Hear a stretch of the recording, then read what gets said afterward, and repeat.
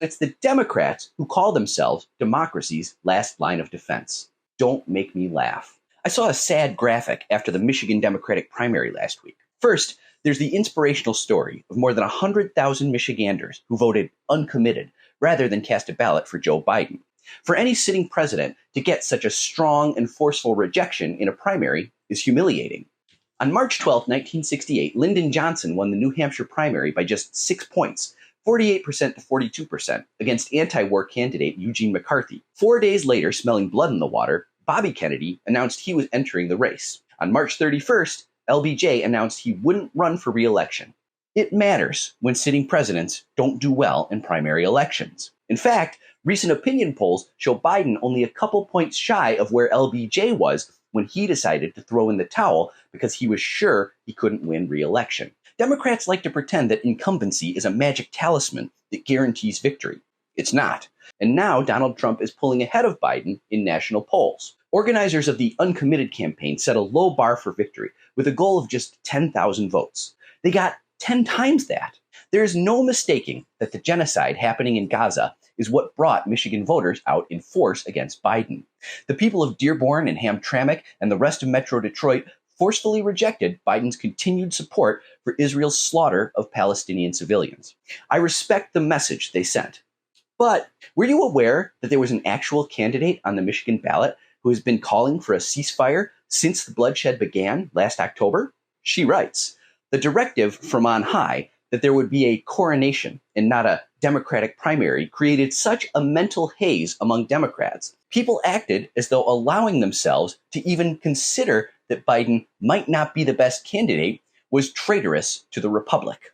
The person who wrote those words is Marianne Williamson, still running against all odds in Democratic primaries. Back in January, before the New Hampshire primary, she talked to Democracy Now! About a vote ceasefire push that preceded Michigan's uncommitted vote, saying, "I believe that if we're really concerned about the citizens of Gaza, if we're most deeply concerned about what action would most get Joe Biden's attention and make him actually reconsider his policies, I think it would be voting for a candidate who actually stands for a ceasefire. I hope that people who are considered writing in ceasefire, I hope they will consider the possibility, which I believe is a reality, that a vote for me would be a stronger statement." So now I'll show the graphic that bummed me out. It shows that Marianne Williamson got just under 23,000 votes compared to Uncommitted, who got more than 101,000.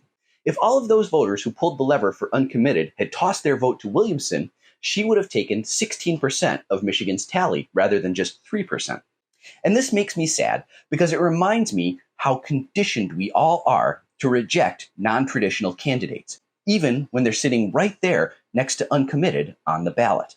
A vote for Williamson is akin to voting third party, and we're all conditioned not to take third party candidates seriously. Outsiders like Williamson are not taken seriously by the mainstream press, and because the media does not take her campaign seriously, the rest of us tend not to either.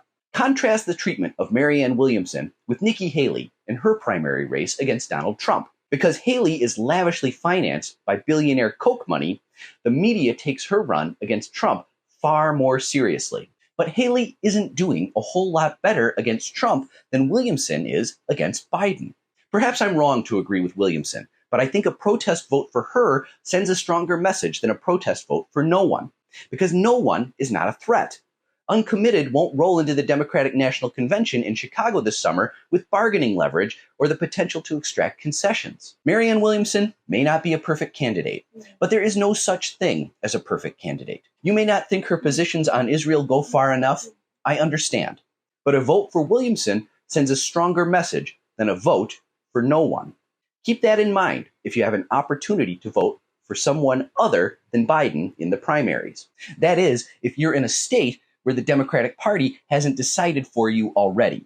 Let's not forget that Democrats in Florida, Tennessee, North Carolina, and Massachusetts have barred all challengers from running against Biden in their primaries. He's unopposed in Wisconsin as well. Probably other states too, but this issue gets almost no coverage.